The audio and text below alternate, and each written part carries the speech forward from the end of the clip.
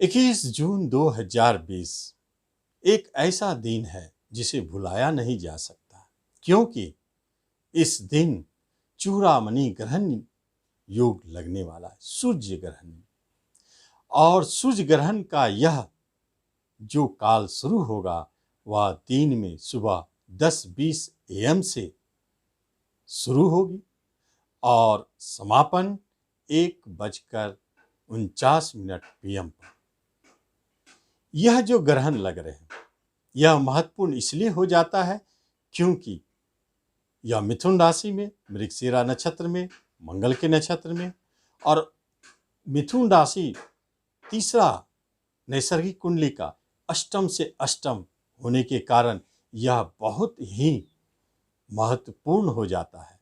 और चौथी बात, चार ग्रहों का वक्री होना इसी ग्रहण काल में, यह भी इसके महत्वपूर्ण गुणों को बढ़ा देता है।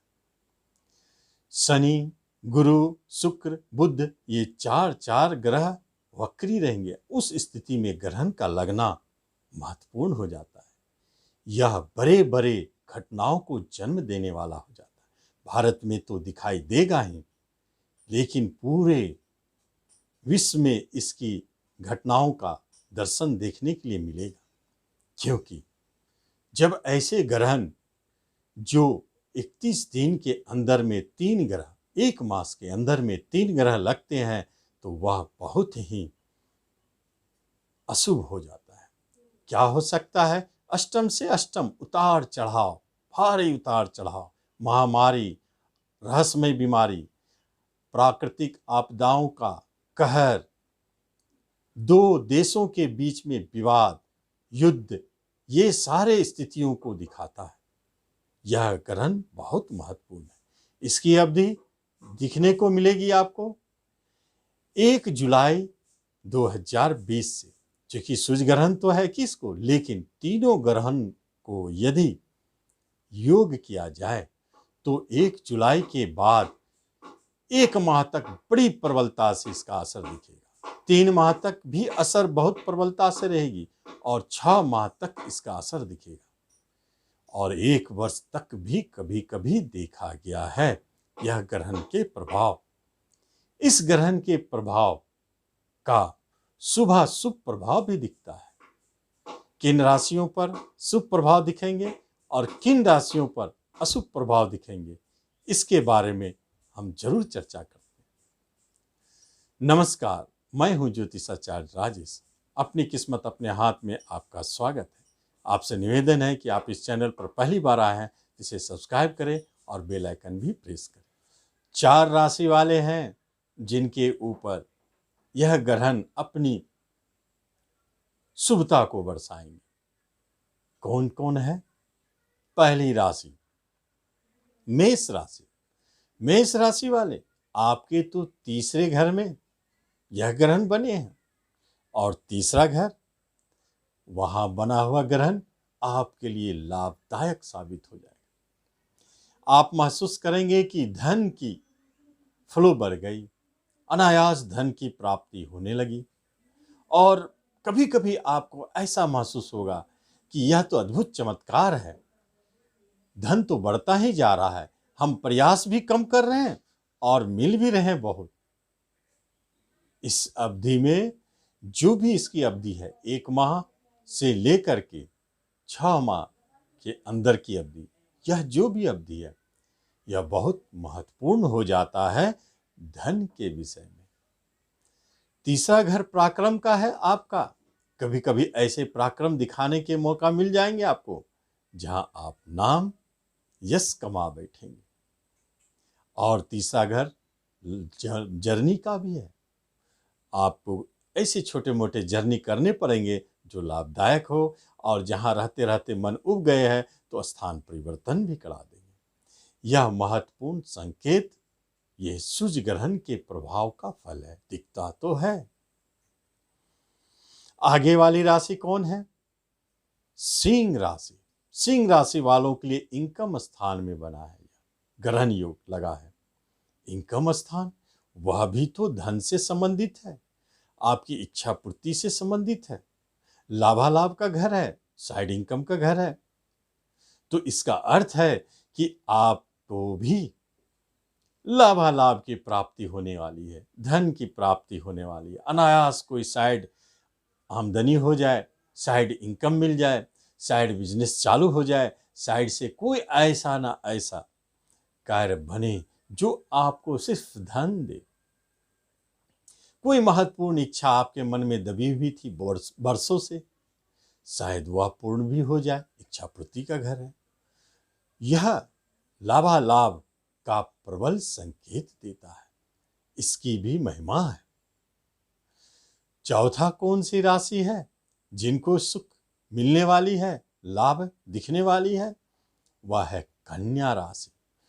क्योंकि कन्या राशि से कर्म स्थान पर यह ग्रहण योग बना है। आखिर ऐसा क्या है कन्या राशि से कर्म स्थान पर? तो इसका अर्थ है कि कन्या राशि वालों के लिए नाम, यश, कर्म की प्राप्ति। आप देखेंगे कि ग्रहण में कितनी शक्ति है। जब ग्रह वक्री होते हैं तो कितने चमत्कार दिखाते हैं। अब तो ग्रहण और साथ साथ में वक्री दोनों स्थिति में है, तो फिर कन्या राशि वालों, आप जैसा भाग्यशाली कोई नहीं है जिन्हें कर्म की प्राप्ति ना हो।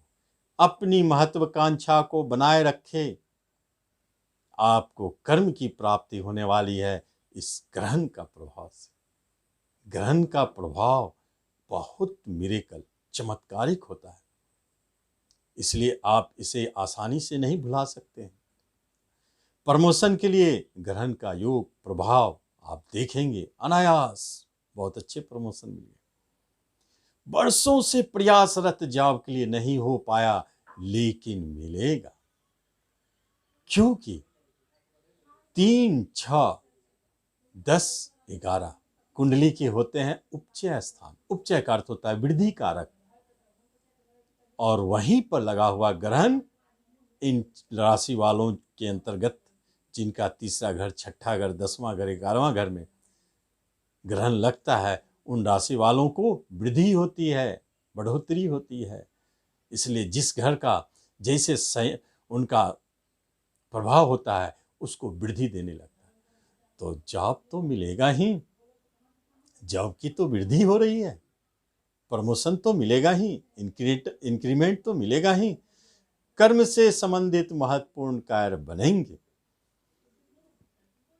आगे चौथी राशि आता है आपका मकर। क्योंकि मकर राशि से छठे स्थान पर यह ग्रहण बना है। जब छठे स्थान पर क्रूर ग्रह की दृष्टि हो, अशुभ ग्रह की दृष्टि हो, तो शत्रु का नाश कर देता है, ऋण का नाश कर देता है, रोगों का नाश करता है।